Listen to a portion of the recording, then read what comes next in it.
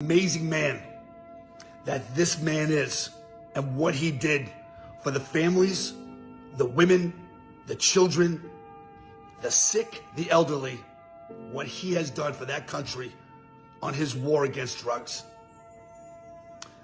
Anyway, have an incredible day, Mr. President. Thank you so much for bringing America back. Thank you so much for taking our way to making America great again.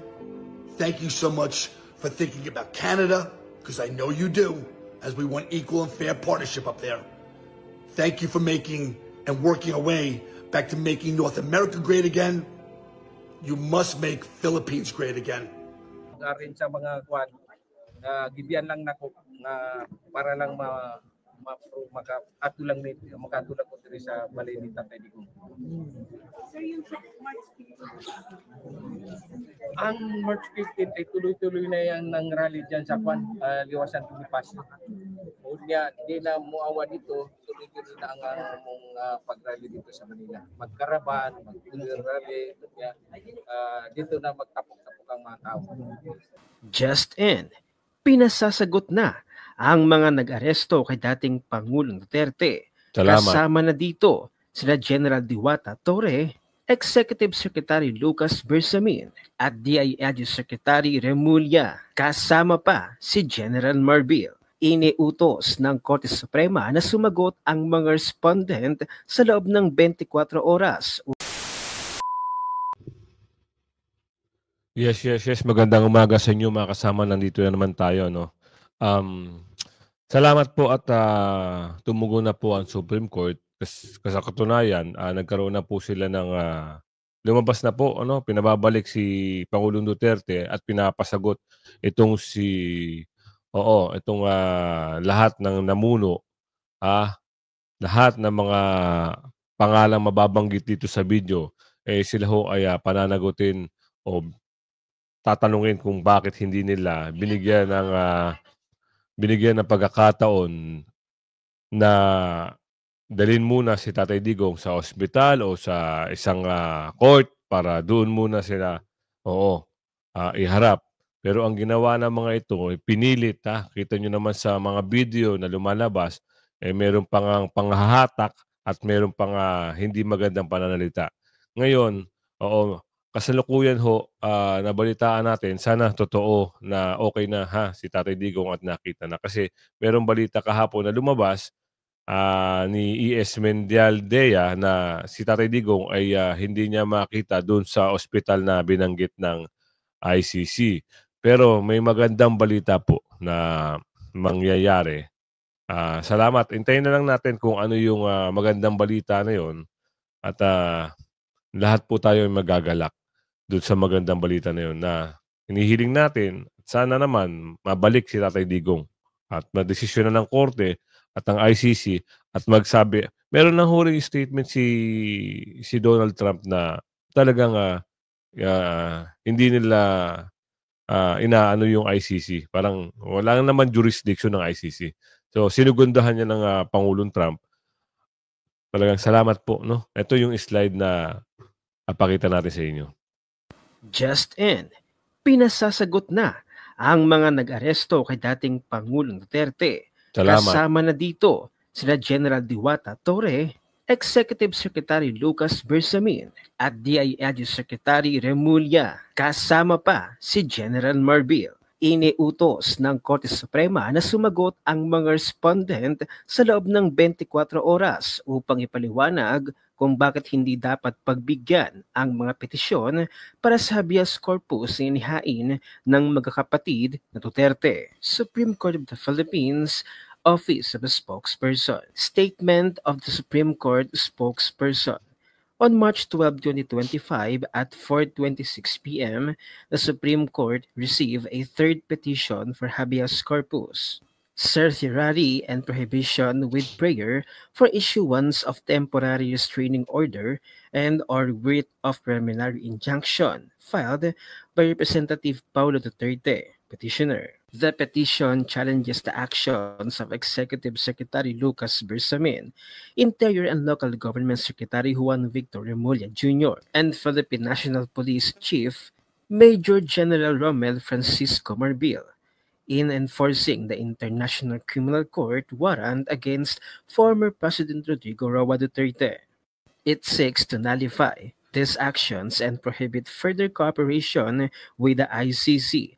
The petitioner also prays for a writ of habeas corpus to secure the release of former President Duterte from his confinement and detention. On March 13, 2025, the Supreme Court en banc unanimously resolved to number 1, consolidate the petition filed by Representative Paulo Duterte with the earlier petitions for habeas corpus filed by Sebastian Duterte and Veronica Duterte. 2. Direct respondents in the consolidated petitions to show cause within a non-extendable period of 24 hours from receipt of notice, while the Ni United States Ayan, wait lang, President Donald ah.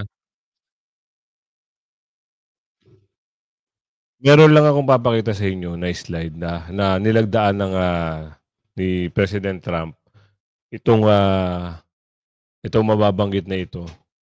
Tignan natin ha. Ito nakakatuwa mga kasama. Nakakatuwa to eh. Sensya na kayo na-interrupt ko yung kay Chikadora. O ito yun, pasok natin. Nilagdaan ni United States President Donald Trump ang isang executive order na nagpapataw ng kaparusahan sa International Criminal Court o ICC. As far as America is concerned, the ICC has no jurisdiction, no legitimacy, and no authority. The ICC claims near universal jurisdiction over the citizens of every country, violating all principles of justice, fairness, and due process. We will never surrender America's sovereignty to an unelected, unaccountable global bureaucracy. Oh, kata nyo? Ha? Wala nang jurisdiction eh. Oo. Di ba? Kaya, ewan ko ba dito sa mga ito, talagang nagmamadali talaga sila na ipilit, no? Kita nyo, ang ginawa nila, minadali si Tatay Digong doon. Para saan? Di ba? Para, kaya sila ka-desperado. Pag hindi kaya ang kalaban, gagawa ng hindi magandang bagay. Tama naman, di ba? Kaya, totoo yung sinasabi ng Supreme Court na pabalikin nyo, panagutin nyo, at bakit nyo minadali na isakay ang dating presidente. Bakit? Dahil sa kagustuhan nyo. Kagustuhan nyo lang? Paano milyo-milyo mga Pilipino na naniniwala sa mga Duterte? Di ba? Katunayan yan, mamaya papakita natin sa mismong subdivision nila Tatay Digong kung saan siya naninirahan, meron na ring mga nagaganap. Pero mo, walang tao yung bahay, papasukin ng buti na lang andun yung mga kapitbahay at nagbantay. Mamaya po sa dulo nating video. Ay magbe-birthday na ang dating Pangulong Duterte. In 2 weeks, on his 80th birthday, PRRD will be alone. Salvador Medialdea was only given a 15-day visa. His nurse was only given a 2-day visa. In 2 weeks, PRRD will be alone in a foreign country. In 2 weeks, on March 28, it's PRRD's 80th birthday. Bisitahin na lang natin sa ICC. I already researched. It takes weeks and months for the ICC to reply to any request, and a very stringent process to request to visit anyone detained.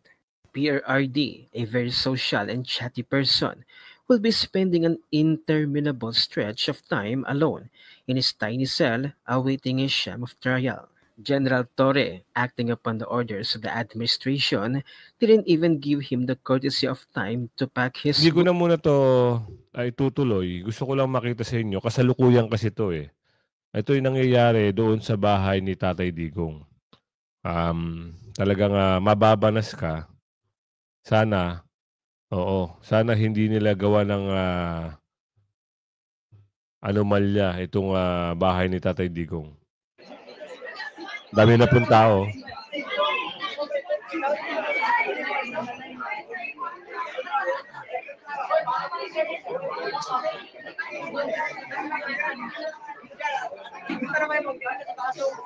Sa mismong bahay po yan, ha, nila Piligo.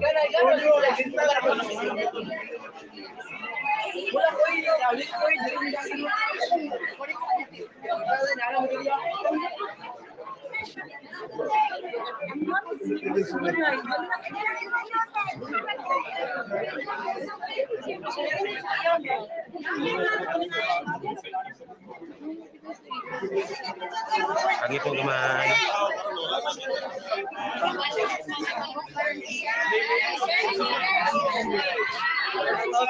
Ay mga pulis na kanina, pero kuan lang ba, gamay lang. Pero diri gito, wala gid.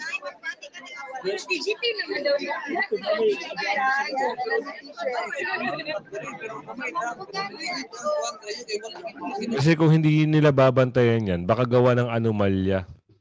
At saka, alam nyo, hindi natin alam mo yung grabe na ginagawa nila, no? Talagang mismo sila ang gumagawa na para magkagulo ang Pilipinas.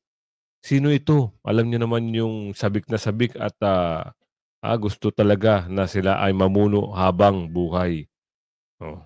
Yung history, binabalik kahit alam niyo hindi nga gumagawa ng mga ibang bagay yung mga kababayan natin. Pero itong mga ito, sila mismo.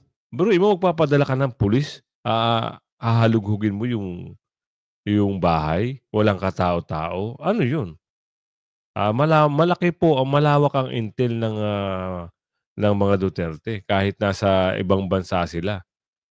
Merong impormasyon yan dahil hindi naman tapat yung mga tao ni Bonget sa kanya. Oo, nadadala lang sila ng kapangyarihan kasi sila ang nakapwesto. Pero yung trust, wala silang makukuha sa taong bayan at sa mga tao nila diyan. Pansinin niyo ilan na yung nag-resign. Tapos si Sokjen parang balak pang alisin, balak pang tanggalin. 'Di ba? Kapapasok lang, show cause order. Released by Supreme Court directing respondent to show cause with a non-extendable period of 24 hours. Yan na. Kailangan kasi iharap mo eh. Bigyan mo ng karapatan yung tao. Wala pang 24 hours, grabe, sinakay nyo. Ibang klase talaga kayo. Ito yung balita to, kagabi. Si Tatay Digong, sana si Tatay Digong nakita na nila. I requested the former president be brought directly to a hospital because of his bad medical conditions. It was almost a 24-hour flight. He just came from Hong Kong, not allowed to visit his home, not even allowed to see a doctor in a hospital before he could be transported here. Now, we made a request for a hospitalization, and they gave the assurance that he will be brought to hospital. And I asked for the name of the hospital. Up to now, they have not given us the name of the hospital. So we took the position that he could have been brought here directly, and we are told that there is no President Duterte inside the facility. We are at a loss at this time, and I think this is part of their grand plan, no? To kidnap the president, to extract the president from the Philippines, and brought to a jet without known destination. I was even forced to join the plane without any valid visa coming here. Sir, can we expound lang when you said that there is no President Duterte inside? They are telling me that there is no Rodrigo R. Duterte inside this facility. Okay. You requested for a visit today, and it was approved, sir, right? We have requested the ICC for a visit because they do not disclose what hospital he was brought to, and we assume that he was brought here last night after the planing. That's all I can say as of the moment. Is it possible he is in a hospital somewhere? I hope he is in a hospital somewhere, but not in this facility. He is allowed, according to ICC regulations, any detainee is allowed to communicate. Has he communicated to any of you? None. Zero, sir. We don't have any opportunity. We don't know where he is right now. He doesn't even have his medicines with him. Pero doon po siya sa ambulance sumakay? Sinakay siya sa ambulance, binigay lang namin yung mga records yung sa kanya, yung and sabi he will be well taken care of. Right. And we will be informed immediately of the name of the hospital. But hanggang ngayon, nakakalungkot ganito ginagawa nila. So, Sec, what's the next step? What are the plans? We are going back to the ICC and ask them where he is right now, because a family member is waiting here to see him. Yes. How is the Vice President? Well, she's waiting, Okay. and I would assume the president would want to see one of the members of this family Yes. at this So, point in Sec, time. the Vice President wants to see him. Is there a schedule for her visit now? That's what we are arranging, but we're at a loss where he is right now. Okay. So, how about you, sir? Alis muna pa ba kayo? Alis ako dito, pinapalabas nga kami. Oh. Oh my God. Anong gusto nila gawin? Sambay ako dito, yung lamig-lamig. Ano po yung response nila sa inyo nung nag-request po kayo for a visit? Wala. Ayan. Wala daw, request for a visit dito. Wala daw, ano dito. Walang preso by the name of President. Pero sir, the embassy said that you're allowed a visit. Ano kayang pinagmumulan nun? Hindi. Ano yan? Right ng accused yan. To be, by counsel. May schedule sila Thursday, so parang definite. I don't know with them, but ako, as far as my understanding of the law is, he has the right to counsel at any time. And you're acting as an official. One of the counsel, and they don't even recognize my appearance here. Grabe, no, mga kasama, no. Ibang klase. Ibang klase yung itong mga nangyayari ngayon. Biruin nyo, mag-isa lang si Tatay Digong, tapos sasakay sa ambulansya. Sinabi dun sa ospital na yun, idadalhin, pero wala. Pero hintayin natin na ang paglilinaw. Inaasahan natin na magkakaroon din ng konfirmasyon kung nasan si Tatay Digong. At meron tayong nababalitaan na magandang balita. So abangan lang natin yung kung totoo yun. At ito, maganda rito, yung mga kapitbahay ni Tatay Digong, talagang sinusuportahan siya. Meron silang boses, may stand sila na talagang ilalaban nila ang ating Pangulong Duterte. Sa tabang sa lagkanong mga pagali ko Muslim, nasaguna niya bagay, ipeto'y suporta to kay Ama Digong. Kaya ginaw dito ang gulanin niya ba, buhatin niya ba sa martial o kapawanganin, nabanganin ko sa langon ng mga pakat ko, mga pagali ko, na tabangan to si Tatay Digong. Kagina pambinasa na Marcos, mimbalingan naman mi kadupa nga Marcos. Nisita makawa si Marcos sa kunabo na to. Gumapake ko, banganin ko sa niya ba general na mga army, si General Browner, na mag-resign or mag-withdraw ng support sa kay Marcos para walang patayan. Allahu Akbar. Allahu Akbar. Allahu Akbar. Palabas lang ibalik sa Pilipinas si President Duterte. So, posible iligid 24/7 yun ni mag-duty diri ang kwan mga tao na mo diri sa balay ni Digong Duterte para anon dili ta masudlan nga lain ang ilang imong lakang nga kanang angiman nila og mga kabalo na ka sa gobyerno nga bangag.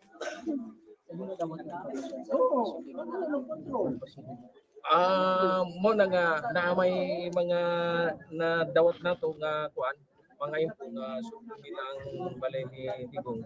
At least naman po yung mga abogado nga nag-volunteers nga na mag-vigilant para ma-provide po nato sila sa sakto nga kuan balaod. Wala siya.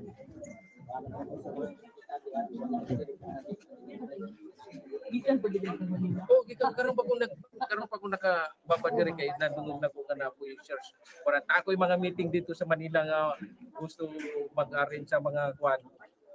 Gibiyan lang nako nga para lang makatulang ko diri sa balay ni Tatay Digong. Sir, yung March 15.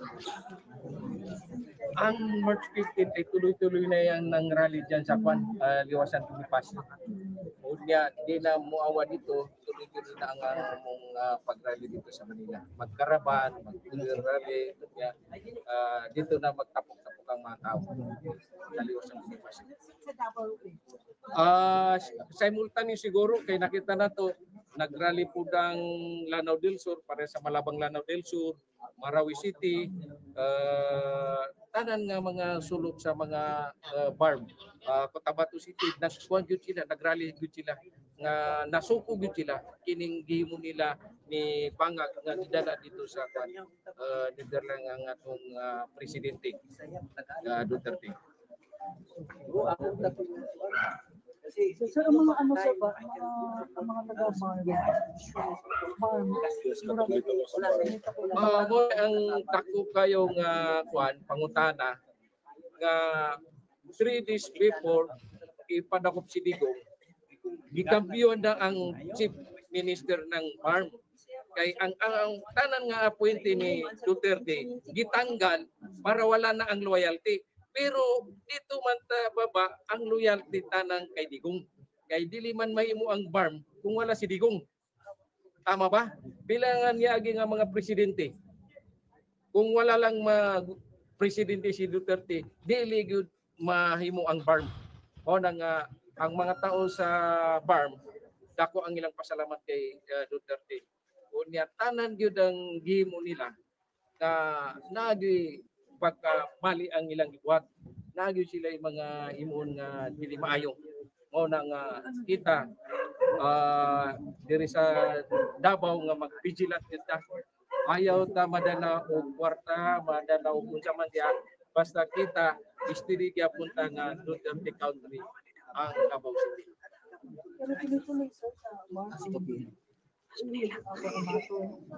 Ito mga kasama ha, meron na tayo na narinig na pahayag ha. Tuloy-tuloy na po yung gaganaping rally. Ito ha, nabanggit dito sa video. Meron na iba't ibang lugar, hindi lang sa Maynila. Wow.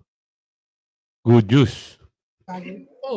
Simultaneous yun na, karon na March 15, kanang dili makato sa Manila, na nara sa ilang mga probinsya mag-rally sa panawagan nga ibalik na nila si Tatay Digong sa Davao.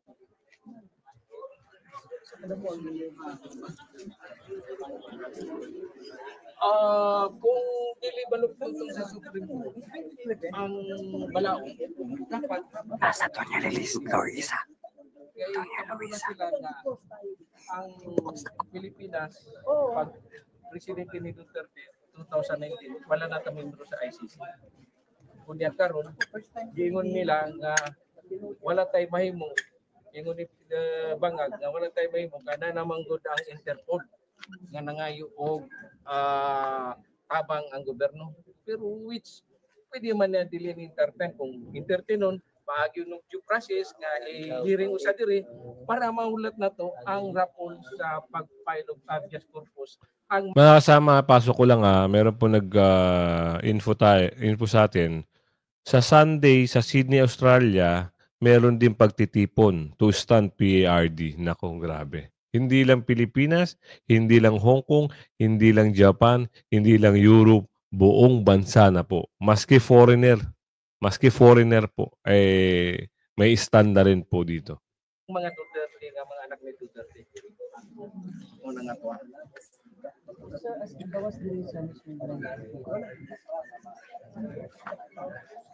Basta ang nadungog lang nako, mura ni ang nai-search of warrant ang balay ni Duterte sa dunya.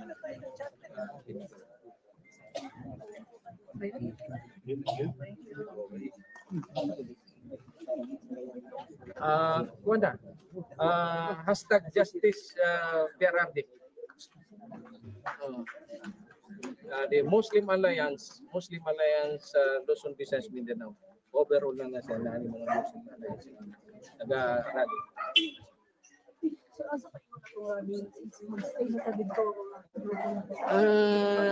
Kwan lang yan. Basta sekreto lang na hunto asa dapat tulong kung nanata mag-rally dito sa kwan. Aliwasan Bonifacio. Dili ta undang. Ang dagang nagpunit na nasa mga muabuting mga 500,000 ang starting na. Mapuno yun na siya. Kaya dagang nalagot. Pero wala ka nag-worry siya kay basig na ikayos mahitabo. Kana manggod. Di manggod sila ka bisag mag-declare sila og martial law. Basta ang taong bayan nga magkaisa. Kanang 32 million nga nagkuan kay Inday. Di gyud na mapugnan.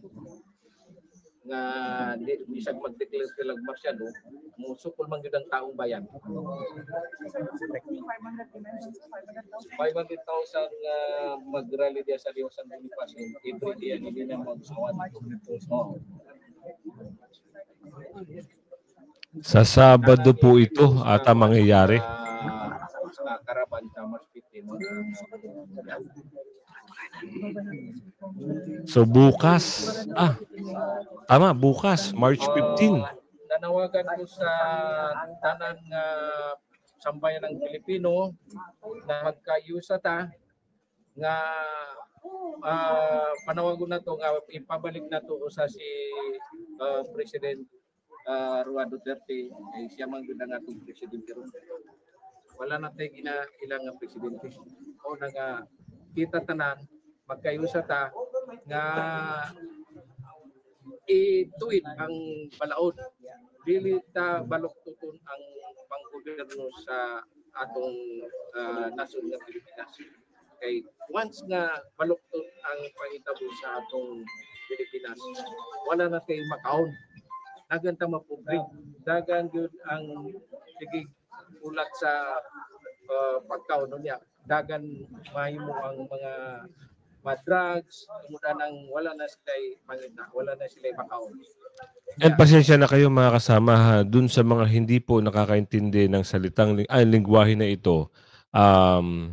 Pero mararamdaman nyo kung ano po yung pahiwatig dito ha. Pasensya na kayo, hindi rin ako masyadong klarado yung pagkakaintindi ko. Nakakaintindi lang ng konti pero hindi buo. So, pero pinipilit ko pa rin dahil ito yung meron na pong magandang balita kasi kaya binibigay ko sa inyo. Ito po yung magandang balita na nabanggit dito. So, ito yung sinasabi ko sa inyo na maski ibang lahi ay gagawa ng paraan para lang matulungan si Tatay Digong. I know you can hear my voice. The ex-president, your friend, a man who congratulated you for winning again the White House and to the presidency of the United States of America, has been detained. The messages coming from the people, if you go down and read into the comments, is that this is not an illegal arrest. They're calling it a kidnapping. They're going to need the support of our administration. So I'm calling out to you. I'm calling out to every one of my friends in Washington, from TikTok Tim, to Margot Martin, to Susie Wiles, to Mr. Chung. I did everything I can on this platform to get you into that White House. I worked tirelessly every day, every night, day after day, night after night, all the way tirelessly through every month I can, all the way until October, until I almost had 1 million followers. And they said they didn't want you as president of the United States of America, and they banned my platform. We did everything we can. We marched, we protested, we took over Long Island, we took over New York City. We proudly raised the flags of Donald J. Trump, saying that is our president and he needs to be back in power. So I'm asking you today, in this video, as I'm making it, as not one network has mentioned this over the news. All the fake media is refusing to report this. Not CNN, not Fox News, not MSNBC. Well, we didn't expect them to answer anyway. ABC, NBC, ABC, every single one of them. The only one station that I can find that is reporting of the atrocities coming out of the Philippines is the BBC. There are people that are hurting. There are people that are crying. The whole entire country is mourning for the illegal taking of Duterte, their father, what they call their dad, of their country, the Philippines. I'm going to follow this story all the way through as I am learning myself and as the lovely and amazing people of the Philippines, of Indonesia, continue to educate me of what a hero and what an amazing man that this man is and what he did for the families, the women, the children, the sick, the elderly, what he has done for that country on his war against drugs. Anyway, have an incredible day, Mr. President. Thank you so much for bringing America back. Thank you so much for taking our way to making America great again. Thank you so much for thinking about Canada, because I know you do, as we want equal and fair partnership up there. Thank you for making and working our way back to making North America great again. You must make Philippines great again. And while you're on your way to make Philippines great again, always been my intention. Through you, Mr. President, you've been touched by our Lord and our Savior. Our God is watching over you. May safety go through your path, but you have the power to make this world great again. Yan mga kasama. Talagang mapapaluha ka dun sa mensahe. Hindi ako familiar dun, pero sikat siya sa Amerika as a vlogger, as a TikToker. So gagawa siya ng paraan para matulungan si Pangulong Duterte, may lapit sa Pangulong Trump, at humingi ng tulong sa mga sikat na mga influencer sa Amerika para lang sa mga problema na nabanggit niya na hindi daw tama yung pag-aresto kay Tatay Digong. Ayan, mamayang hapon, abangan niyo po yung ating vlog, ha. Salamat po at ingat po kayo lagi dahil alam niyo naman, meron na tayong naririnig na unti-unti na nila talagang sinisimulan pero hindi lang sila makaporma dahil taong bayan ang hahatol sa kanila. Hanggang sa muli, bye-bye.